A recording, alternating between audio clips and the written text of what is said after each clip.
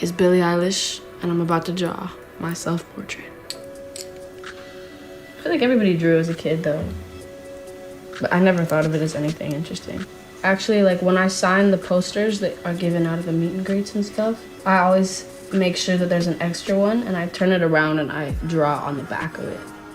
Always, like always. Draw the craziest shit. Dude, my brother was so good at drawing, like, and he would draw like fairies and like elves and shit. And I always thought since he was good at doing Warhammer shit, that he'd be good at painting my nails. And so I made him paint my nails one time and it was trash. I had a drawing class that I loved. Oh my God, I loved it so much. I actually learned a lot from that class. I draw like everything basically, so like I draw the things I think, but not words and stuff, like literally the things that I think. So a lot of my drawings actually come from my dreams because I have crazy fucking dreams. And so I'll draw whatever it was in my dream and then I kind of turn them into like stories and characters and stuff. With every song that I make, I draw the song.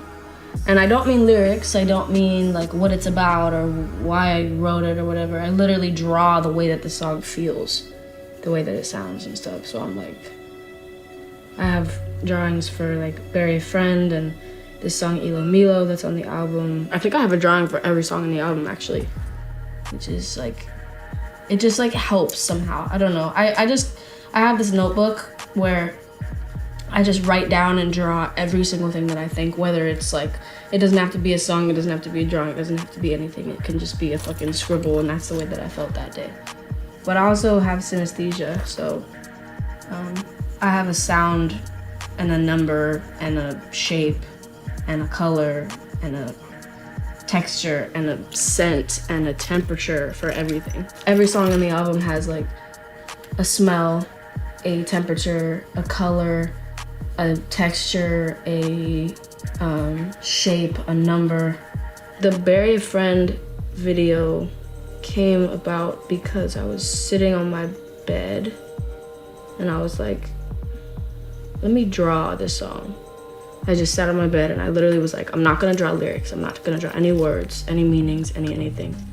And I just sat there and I drew whatever the fuck I drew. I don't even know what it was. It was all these creepy, like monster-y things that were kind of like how I see myself. So they're kind of like my conscience almost. Like I think of myself as one of those and I also dream them.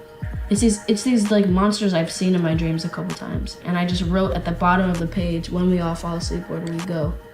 Just because it was a lyric from Bury a Friend. And then it all clicked in my head after I drew that. I just was like, oh my God, this is what I want. Like this is the album title, this is what the video is gonna be, this is da-da-da-da. It all made sense because of that one drawing. I mean, I feel like I owe most of it to Spirited Away and like Miyazaki and just the way that all that animation is, all the like No Face and Spirited Away. The way that he just, oh my God, it's like so Spirited Away and like Totoro and like, I mean, well, there's also the Babadook, because that shit created everything that I am.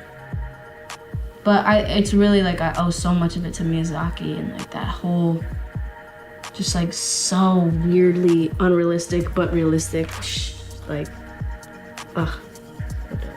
when Phineas saw Spirited Away, that's my brother, he was so scared from the parents turning into pigs that he had to go to therapy for like years because of it. Like it fucked him up. And I was like, fuck yeah. Like I remember watching and being like, this is hard. And I'd watch it over and over and over. Oh my God, I thought it was so dope. And I had the biggest crush on the dragon in that movie.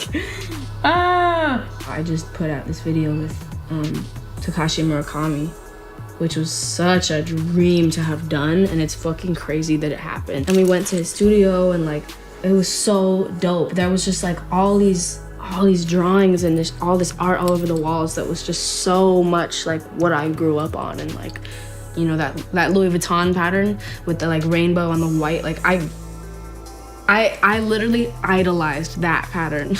Just that one. I don't know what it was. Like, I don't know. It's crazy to even think about. And like all the shit he did with Kanye and like, I don't speak Japanese and he doesn't really speak a lot of English. which normally would have been a mess to try to collaborate with somebody that you can't talk to. But for some reason, it worked so well because we both are just like creative fucking psychopaths. And we just understood. I felt like I could point to something in his studio and he knew exactly what I meant by pointing to it and just being like, oh, I know what you're talking about. This is what you meant, and da da da. You know, it was kind of crazy to actually even think about that. I made up my own language one time with looking at the shapes on my walls and then drawing the shapes I thought were cool. So basically, I'm drawing right now. Just a little explanation for what this is. It's not my face. This is kind of like my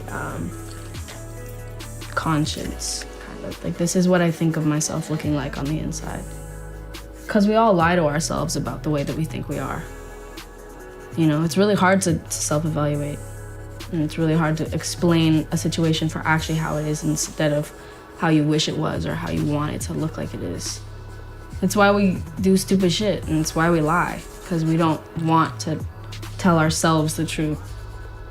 And so, I don't know, I kind of have this creature is like how I look at myself and how I kind of, you can't take drawing seriously. I don't take it seriously, so that's why I end up with shit like this. Like, for me, if I try to take drawing something seriously, I just end up drawing some dumb shit. Like, I'm just like, and I draw like a nose, something, I don't know. So I just kind of act like I'm still a kid drawing, and then it ends up being what I want it to be instead of what might want it to look like, or what you might think someone else would want it to look like. Snakes can always just get out of where they are. Like, they can always move to a different place. It's such a weird, to watch a snake move around, oh my God, that shit is crazy. Oh my God, they move so smooth and so easily. Like, they could be tied in a knot and they'd get out of it.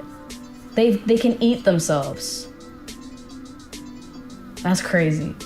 They can eat themselves. They can eat there's videos of like a snake eating a fucking goat or some shit. Like, what? There's a snake eating an alligator. What? And so I just like that it's like this unstoppable movement that you just can't, that so many people are scared of. This like slithering thing that can go anywhere it wants, like can move fast and doesn't have legs, you know? The fact that something could not have legs and just like move freely still, it's weird. And they shed their skin and then they get new skin. That's hard. That's hard. Don't you wish we could do that? Because snakes never like get old. They don't ever get physically like old. I wish we could do that shit. Done. See, but it might look like a joke because you said self-portrait, but this is how I think of myself. I mean, we got a big ass mouth. We got some eye bags. But this is me up here somehow. Like 100% serious. Like, this is Billie up here. This bitch is out to get me half the time. But I love her though. I'm Billie Eilish and this is my self-portrait.